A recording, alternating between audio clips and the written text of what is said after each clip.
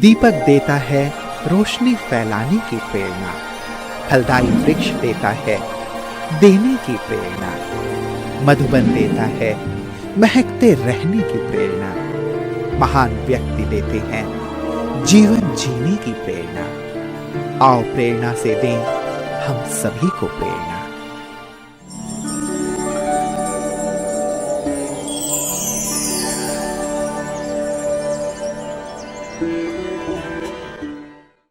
भांगरोतु हिमाचल प्रदेश के मंडी तहसील का एक ग्रामीण क्षेत्र है। भांगरोतु ब्रह्मा कुमारीज ईश्वरीय विश्वविद्यालय की मुख्य संचालिका है आदरणीय राजयोगिनी प्रेमलता दीदी जी।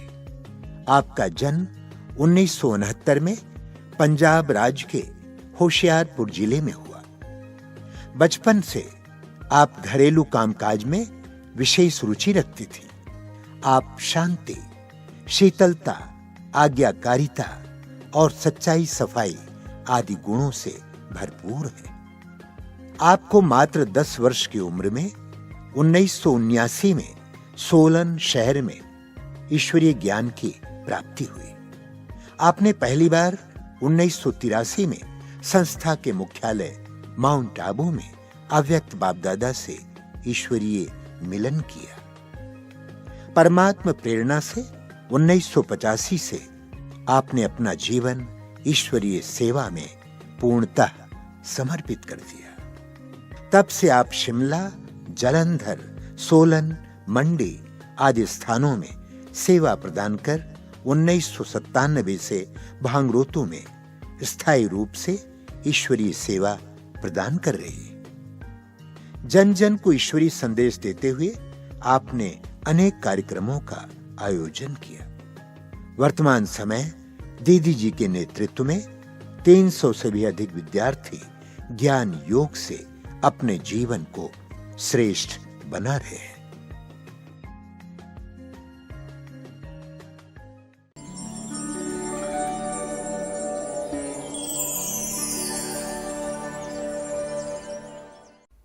बचपन में मैं बहुत छोटी थी तो माना ऐसे घर का काम काज करना मुझे अच्छा लगता था। हमारे घर में सिर्फ मम्मी पापा और हम 5 भाई बहन थे, तो वो सब छोटे थे, मैं सबसे बड़ी थी। तो मुझे घर में उन बच्चों को भी देखना पड़ता था और घर का सब काम भी मुझे करना पड़ता था। तो पढ़ाई भी मैं करती थी, पर हमारे घर में तो ऐसा कुछ विशेष जैसे होता है भी कोई बड़े धार्मिक विचार या कोई बहुत पूजा पाठ या मंदिर जाना, ऐसा कुछ भी नहीं था। क्योंकि पापा जी तो सर्विस में बहुत दूर बारों बार रहते थे, तो घर में मम्मी ही होते थे और कोई बुजुर्ग नहीं थे। तो मैं जैसे स्कूल पढ़ती थी, जाती थी, तो कभी कभी टीचर लोग हमें स्कूल से मंदिर ले जाते थे। तो मैं क्या करती थी कि मंदिर जाना पसंद नहीं करती थी। मैं सोचती थी वहाँ वो एक एक पत्थर उठवाएंगे और जय माता की करते पौड़ी चढ़ते जाओ, ऐसा बुलाते थे। तो मैं वहाँ आधे रास्ते से अपने घर की तरफ को मुड़ जाती थी कि मुझे तो घर में बहुत काम होता है। तो माता जी से मैं मन से ही माफ़ी मांग लेती थी और अपने घर आ जाती थी। और घर में आकर के जो भी घर का काम काज होता था वो मैंने करना होता था। और मेरे स्कूल के टीचर भी मुझे इस बात को जानते थे कि इसके ऊपर बहुत बर्डन है। इवन मैं कई बार घर से जैसे आटा पिसाई करना होता तो मेरे स्कूल के पास ही आटा पिसाई की मशीन थी, तो मैं जितना 5-6 किलो उठा सकती थी तो मुझे घर से वो दे देते थे। एक बाजू में स्कूल का बैग डालूँगी और दूसरा सिर पर मैं वो 5-6 किलो दाने उठा के स्कूल जाऊँगी। तो जब मेरे टीचर मुझे देखते थे तो वो मुझे कहते थे, प्रेमलता ये क्या लेके आई है। तो फिर मैं मन बहुत भोली जैसी थी, तो मैं उनको बोल देती थी, सर हमारे घर में कोई काम करने वाला नहीं है, तो मेरी मम्मी ने बोला है कि आते टाइम आटा पिसा के लाना। फिर वो मुझे कुछ नहीं बोलते थे। कई बार मैं क्लास में ही रख लेती थी उस बोरू को भी साथ में, और ऐसे में शाम को आटा पिसा के लाती थी। तो बाकी मुझे इतना भी ज़्यादा इतनी समझ नहीं थी कि कुछ बढ़ना होता है, कुछ करना होता है। बस मैं ऐसे भी ठीक है भाई, घर में रहना है, फालतू किसी से बात नहीं करती थी।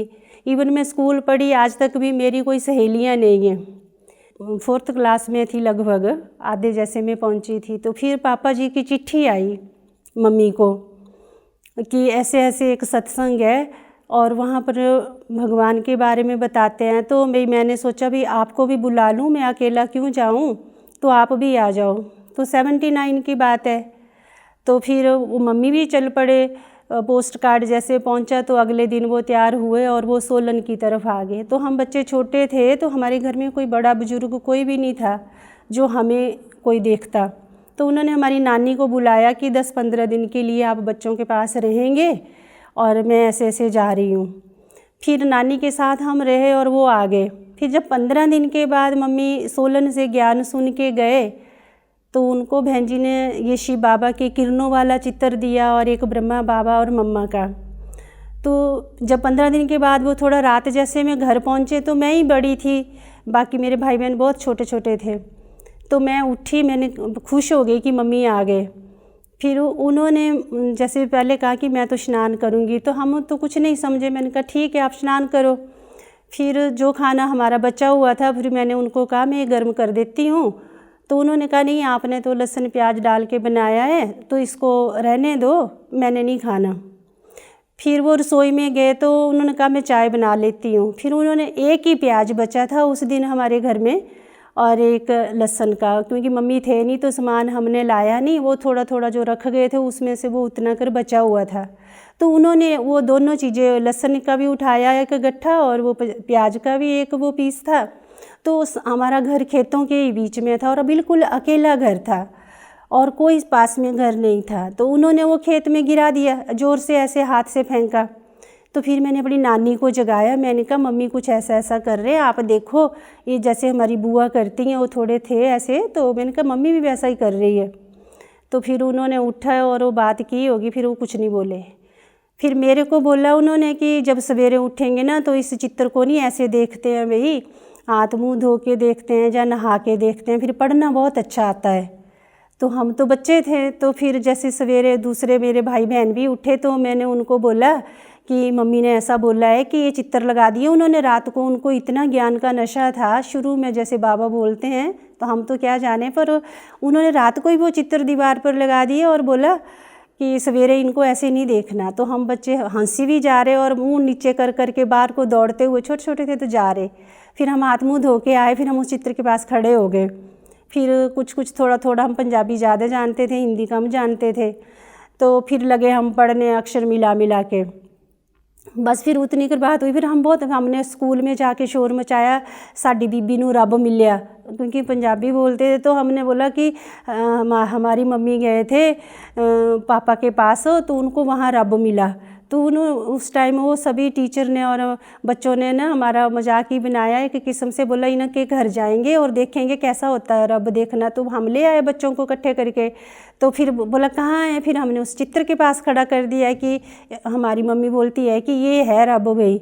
तो ऐसे ऐसे करते माना जैसे बच्चों के जैसी बात हो गई हो और हम उसको चित्र को रब समझ करके, भगवान समझ के जैसे भी वो चित्र की वो लाइनें पढ़नी और वही हो गया वो ध्यान।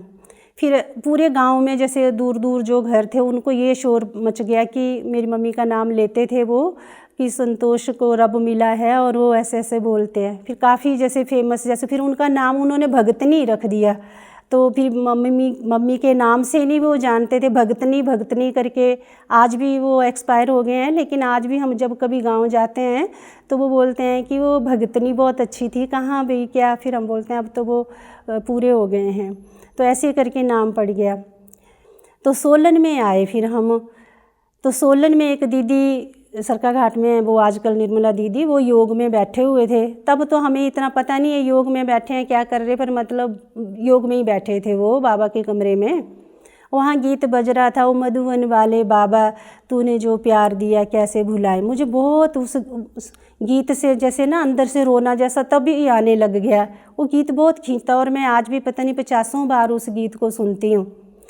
और जब पापा जी फिर अपने क्वार्टर हमको साथ ले गए तो वो तो ज्ञान में पूरी रीति से उसी टाइम से चल पड़े थे जो 7 दिन का कोर्स किया था।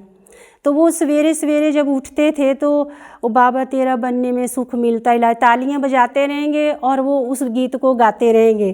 तो सोए सोए मुझे वो गीत बड़ा खींचता था और हमने उठ जाना, हमने भी स्नान पानी करना और उनके पीछे पीछे समझ कुछ नहीं है, बस उनके पीछे पीछे जैसा वो करते थे वैसे हमने करने लग जाना।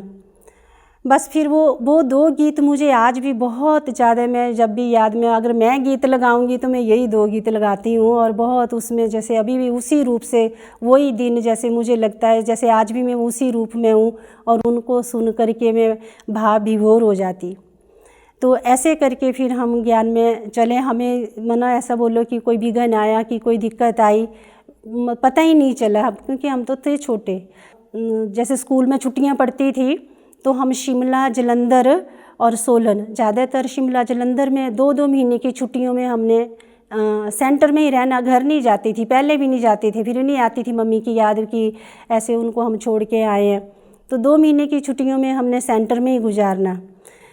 फिर उसके बाद वो सब सेवाएं हुई, लेकिन जब 97 में हम यहाँ भंगरोटू में आए, क्योंकि मंडी में मकान नहीं मिल रहा था, तो ये मंडी के पर्पज़ से मकान लिया था, लेकिन ये सिर्फ ग्राउंड फ्लोर ही बना था, ऊपर नहीं था। तो जब हम आए तो तब भी हम छोटे ही थे, माना ऐसे 30 साल के हुए होंगे, 30-32 साल के लगभग। तो यहाँ लोगों ने सोचा कि इस हॉल का लेंटर डलना था, ये पूरा बरामदे तक, ये बहुत बड़ा दिखता था। तो लोगों ने सोचा इनके पास बहुत पैसे होंगे। जो विघ्न की बात कर रही हूँ कि जैसे कहते हैं ना सेवाएं करते कैसे विघ्न भी आते हैं, तो मुझे ज्ञान में चलते टाइम कोई विघ्न किसी की तरफ से नहीं आया। लेकिन जब हम भंगरोटू में आए तो लोग बहुत सामना भी करते थे। तो इन भाई जी ने, नरेंद्र भाई जी ने हमें बोल रखा था, बहनों 5 बजे के बाद आप लोगों ने यहाँ बाहर नहीं जाना है।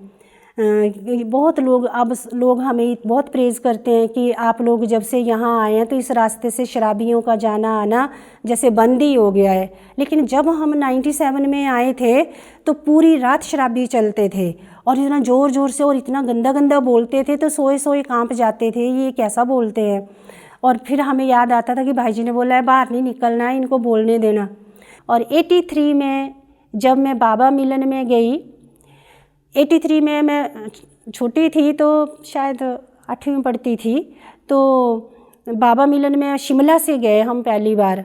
तो मुझे इतना ज़्यादा पता नहीं बाबा मिलन क्या होता कैसा होता, दीदी ले गए। तो जैसे गई तो मैं बहुत ज़्यादा बीमार हुई मधुबन जाके, मतलब पहली बार गए थे, और इतनी बीमार हुई मैं जिसका वर्णन नहीं कर सकती। लेकिन कमाल है प्यारे बाबा की, जिस दिन बाबा से मिलना था, बाबा ने आना था, क्योंकि वहाँ उस टाइम पर पानी कुछ थोड़ा भारी होता था, तो उल्टियाँ, दस्त, बुखार बहुत ज़्यादा था। लेकिन बाबा वाले दिन में बिल्कुल ठीक थी। तो जैसे बाबा उस टाइम एक एक को हाथ में टोली स्टेज पर बुला के देते थे। तो जब मेरी बारी आई तो बाबा ने मुझे टोली भी दी, लेकिन बाबा ने मेरे से 3 बातें की। वो बातें तो मुझे याद रही, पर मुझे आज तक भी वो लगता है कि मैं बाबा को सिर हिला के ही जवाब दिया, मैं हाँ जी ना जी कुछ नहीं बोली। बाबा ने मुझे बोला बच्ची ब्रह्मा कुमारी बनेगी। तो मैं सोचती थी ब्रह्मा कुमारी पता नहीं क्या होती होनी। तो फिर मैंने ऐसे ही सिर से की, बोली नहीं मुंह से कुछ, पर हाँ करी मैंने। फिर मेरे को घर में बहुत काम होता था, ये छोटे भाई बहन देखने पड़ते थे, मैं गुस्सा बहुत करती थी। तो बाबा ने बोला बच्चे खुशी के झूले में झूलेगी। तो मैं थोड़ी सोच में पड़ी, क्योंकि मैं एक बार पींग झूट रही थी तो रस्सी टूट गई और मेरे बाजू में बहुत ज़ोर से चुभ गई और रस्सी। तो मैंने कहा नहीं झूला नहीं झूलना, उसमें चोट लगती है। पर बाबा को मैंने हाँ कर दी, पर मन मन में मैंने ये सोचा कि मैंने कहा झूला नहीं झूलना है। तो ऐसे करके जो है फिर बाबा ने बोला बच्ची जैसा आपका नाम है वैसा काम करोगी। फिर मैंने फिर हाँ जी कर दी, सिर से ही हाँ जी की। ऐसे में जब पहली बार बाबा से 83 में मिली तो बाबा से टोली भी ली, वो सब किया। उसके बाद क्या हुआ कि एक बार हम दादियों के मिलन की बात आती तो मैं माउंट आबू गई थी, एक ही भाई जी को लेके गए। उस ज़माने में माउंट आबू शिविर में लोग बहुत डरते थे, जाते नहीं थे हिमाचल से।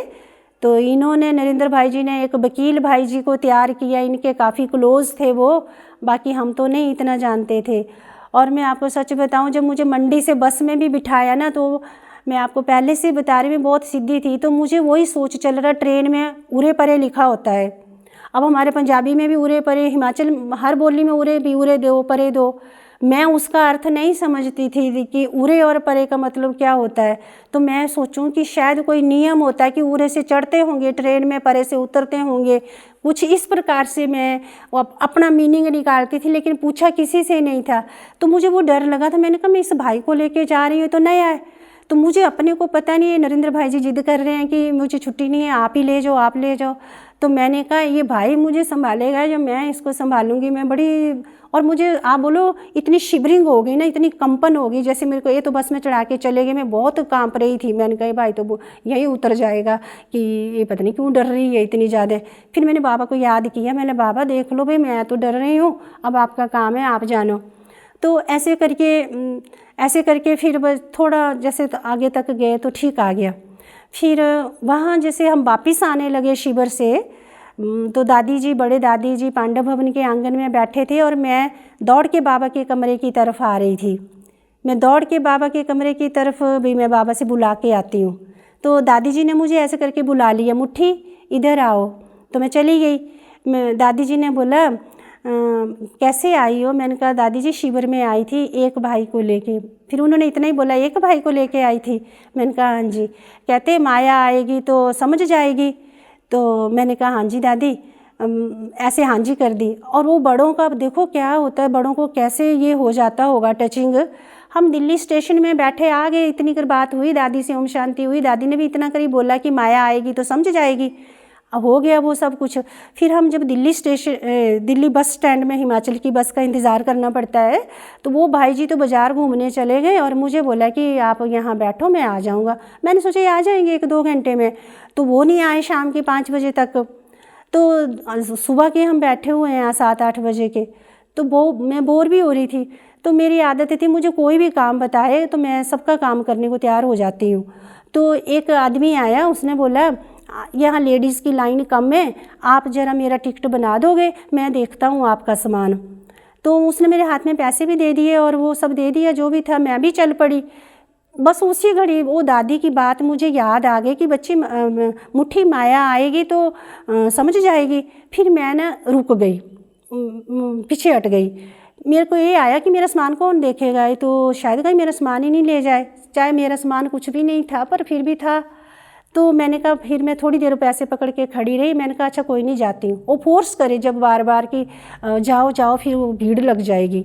मैंने कहा ऐसा है ना भाई जी, ये 2-3 लेडीज़ और भी परे बैठी हैं और ये इनके है सामान देखने वाले ना, आप इनको बोलो ये लो अपने पैसे और ये बना देंगी आपका टिकट और मैं नहीं जाऊँगी।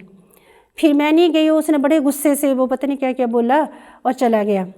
फिर 2-4 घंटे के बाद शाम के टाइम में पुलिस वाले उसको पकड़ के ला रहे हैं, खूब मार रहे हैं उसी लोग को। मैंने कहा ये तो वही लोग है। जब मैंने देखा भी इसको क्यों मार रहे हैं, तो मैंने देखा, मैंने कहा ये तो सवेरे आया था मेरे पास, बोला मेरा टिकट बना दो। फिर मेरी बड़ी खुशी हुई। मैंने कहा देखो दादी जी ने मुझे बोला था माया को परख लेगी, ये पता नहीं कैसा जैसा आदमी है, तभी मार रहे हैं ये लोग इसको। फिर बस ऐसे करके दादी जी के साथ का ये वरदान बन गया। फिर और एक बार हम मधुबन गए तो दादी जी कहीं विदेश सेवा पर गए थे, तो मुझे पांडव भवन के गेट से ही खालीपन लगना शुरू हो गया कि दादी नहीं है यहाँ पर, दादी नहीं है यहाँ पर। जब से बाबा की बच्ची बनी हूँ मैं, छोटेपन से चलो तब समझ नहीं थी, पर जब से समझ भी आई है तो तब से लेकर बाबा के बच्चे बनने से, जैसे मान लो मेरे को जैसे डरने का संस्कार था या कुछ ऐसा था, तो ये बाबा के ज्ञान से, बाबा की याद से मुझ आत्मा में जैसे झिझक बहुत होती थी, ये सब संस्कार बाबा के घर में आने से मेरे परिवर्तन हुए, शक्ति आई। जैसे मैं किसी के सामने बात नहीं करती थी, इवन अपने फादर के सामने नहीं करती थी, तो मुझे जब बोलते थे क्लास करानी है, तो मैं आज भी भाई जी सामने बैठे मैं इनको बोलती थी मैं झाड़ू पोछा लगा सकती हूँ पर मैं मुरली नहीं सुनाऊंगी, मैं ये नहीं करूँगी। मनन ये वाला ना करने का संस्कार मेरा ज़रूर था।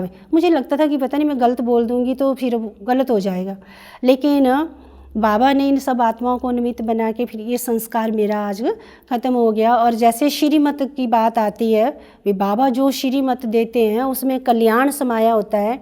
तो बाबा की किसी भी श्रीमत का जो है वो उसको कॉमन नहीं लेना है, भगवान के बोल हैं तो ज़रूर उसमें कुछ ना कुछ राज कल्याण समाया है, ये मान करके मैं उसको सच्चे दिल से उस बात को लेके चलती हूँ और उसमें सफलता जो है वो होती है। तो अभी लेटेस्ट पुरुषार्थ तो यही है कि जैसे दादियों की हमने हिस्ट्री पढ़ी है, तो मुझे तो अब यही लगता है कि बहुत बाहर मुक्ता में ना जा कर के, अब जैसे 14 साल के तो हमें नहीं मिलेंगे, लेकिन 14 साल की तपस्या के जैसा ये टाइम चल रहा है। और मैं बार बार यही दोहराती हूँ, अपने को भी औरों को भी मैं यही कहती हूँ कि चलो चाहे जो मर्जी हो रहा है, प्रोग्राम तो होते रहेंगे, होने ही, बाबा ने कहा सेवा तो अंत तक होनी है। लेकिन अब जब तक हम अंदर से स्ट्रांग नहीं होंगे तो सेवा भी हमारी उतना फिर हमें फल नहीं देगी, वो इतनी फलीभूत नहीं होगी। तो जैसे दादियों ने शुरू में आत्मा का अभ्यास कितना किया, एक कॉमन बोलना आत्मा अलग चीज़ है, लेकिन उस आत्मिक स्वरूप में घड़ी घड़ी उस स्मृति में रहना, अगर हम सच में आत्मा बने हैं तो ये जो छोटी मोटी बातें, रूठना, ये होना, वो होना, ये जो भी आता है, तो इसका मतलब फिर हम आत्मा भी बने नहीं हैं। तो आत्माभिमानी स्थिति का जो बाबा ने और दादियों ने 14 साल अभ्यास किया, अब वर्तमान समय संगम का वही पल पुनः दोबारा से चल रहे हैं। अगर हम समझें तो वो 14 साल की तपस्या के जैसा मैं अटेंशन अपने पर देती हूँ कि हमें उन फालतू बातों में नहीं जाना, जितना हो सके आत्माभिमानी स्थिति में ही रहने का अभ्यास करती भी हूँ और करना है, और घर वापस जाना है, क्योंकि अब समय भी बताने लग गया है अच्छी तरह से। तो समय हमारा टीचर नहीं बने, हमारा टीचर तो बाबा है। तो बाबा की इस बात को, इस श्रीमत को मैं सामने रख करके चलती हूँ कि शरीर कभी भी छूटे, लेकिन अभी हमें पुरुषार्थ पूरा कर लेना है कि जो बाबा ने एक काम दिया है कि बिल्कुल शुद्ध आत्मा, पवित्र आत्मा बन कर के ही हमको घर वापस जाना है। यही अभी वर्तमान समय का शुद्ध संकल्प है। ब्राह्मण परिवार के लिए भी मेरा तो यही, जो बाबा मुरली में कहते हैं उसी बात को उनको मैं दोबारा से अंडरलाइन करवाती हूँ, दोहराती हूँ कि देखो बाबा हमसे क्या चाहते हैं। तो जो बाबा हर मुरली में रोज़ जो बात कहते हैं, भाई सुनाने वाले को नहीं देखो, किसी और को नहीं देखो, लेकिन हमको तो बाबा के हम बच्चे बने हैं, बाबा की मुरली हम सुनते हैं, तो जो मुरली में बाबा ने बोला है हमें वो ही करना है। बहुत बातें तो बहुत मायावी आती हैं, लेकिन भाई बहनों के लिए भी, ब्राह्मण परिवार के लिए भी मेरा तो यही है कि बहुत जो है वो कंपटीशन में ना जा कर के हम अपना एक ही संकल्प दृढ़ रखें कि जो बाबा ने कहा है वो बन के दिखाना है। कि जो हम देवता बनने जा रहे हैं तो सतयुग में जाके नहीं, लेकिन यहाँ से ही वो लक्षण हमारे जीवन से कुछ तो नज़र आने चाहिए कि हाँ ये देवता बन रहे हैं।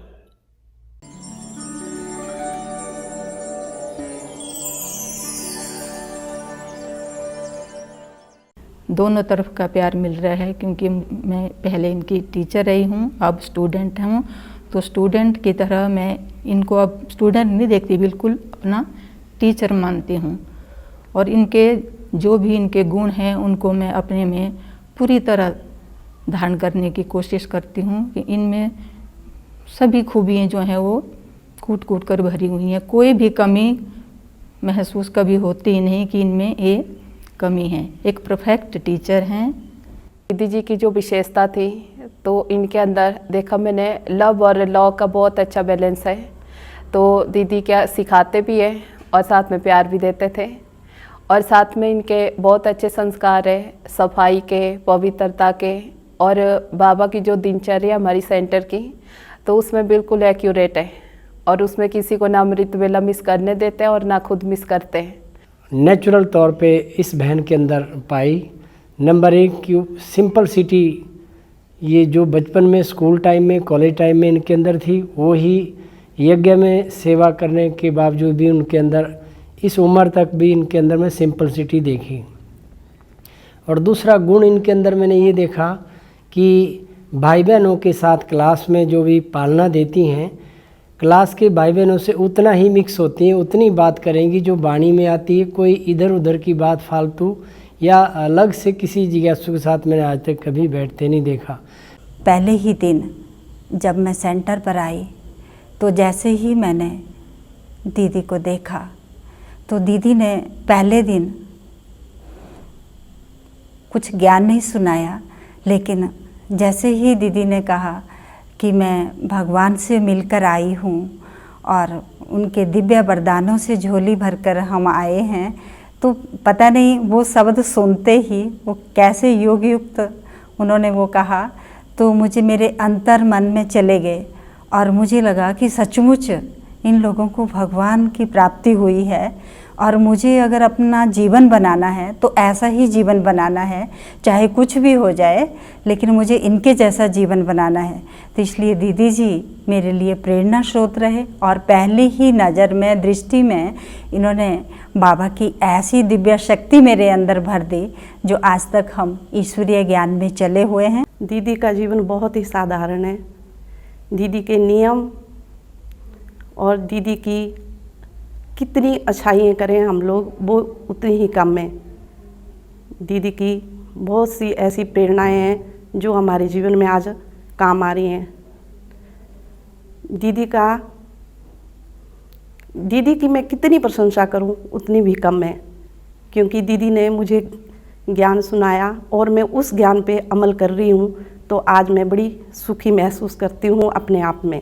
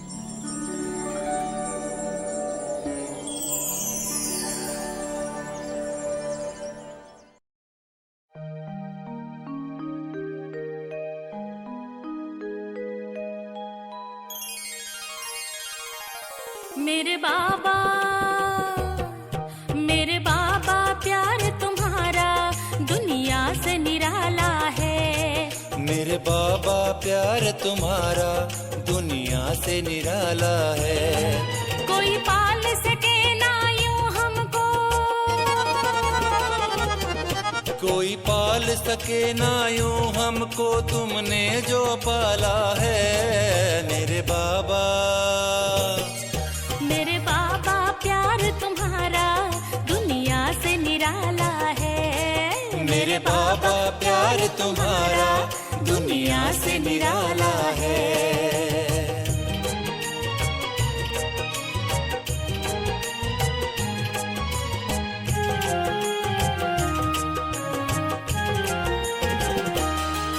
तेरी पावन पावन किरणों ने जीवन चमकाया है।